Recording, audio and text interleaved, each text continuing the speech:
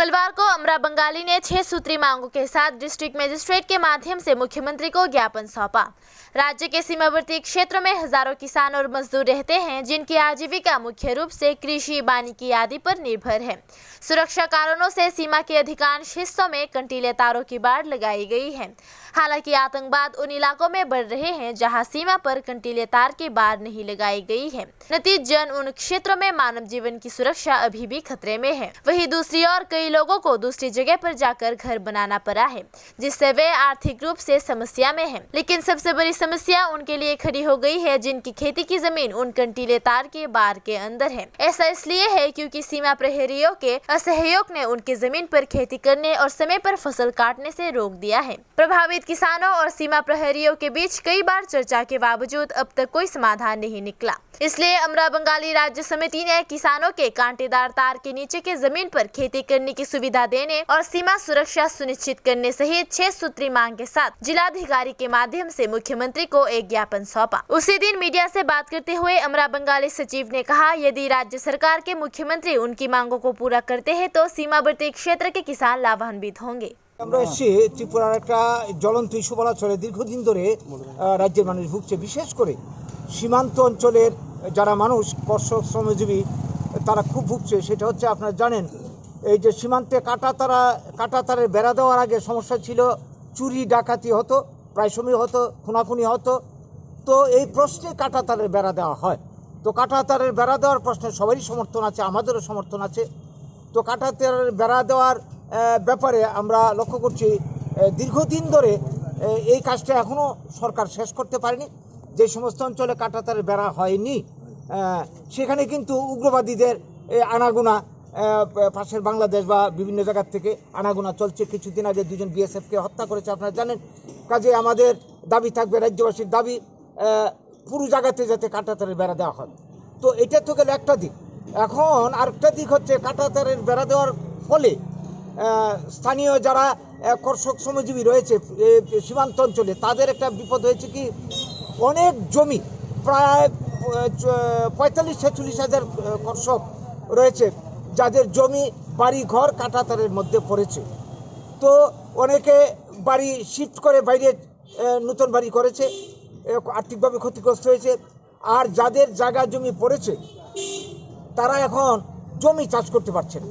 সিজনে মানে এখন আমন ধানের সিজন, জমি চাষ করতে যেতে পারছে না, বিএসএফ বাধা দিচ্ছে।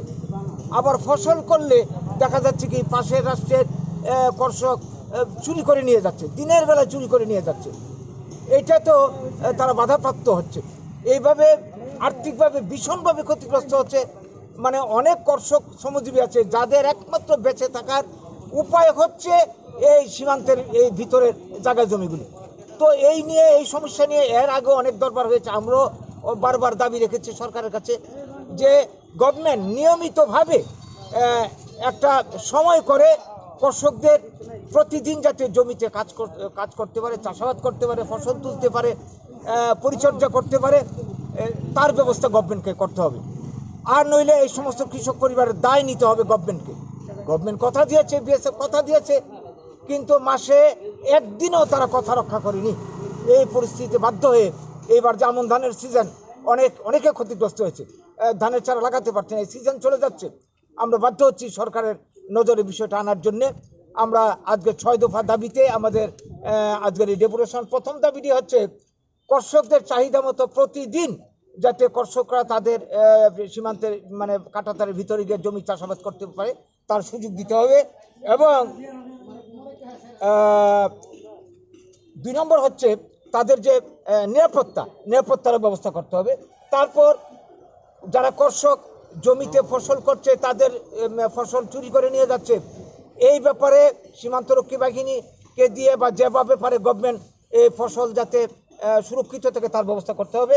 তারপরের দাবি হচ্ছে আমাদের কাঁটাতারের ভিতরে যে সমস্ত ফসল কৃষকরা ফলাচ্ছে সবগুলি ফসলকে মানে কৃষি বিমার আওতায় আনতে হবে, তাহলে কৃষকদের একটা নিরাপত্তা সুনিশ্চিত থাকবে।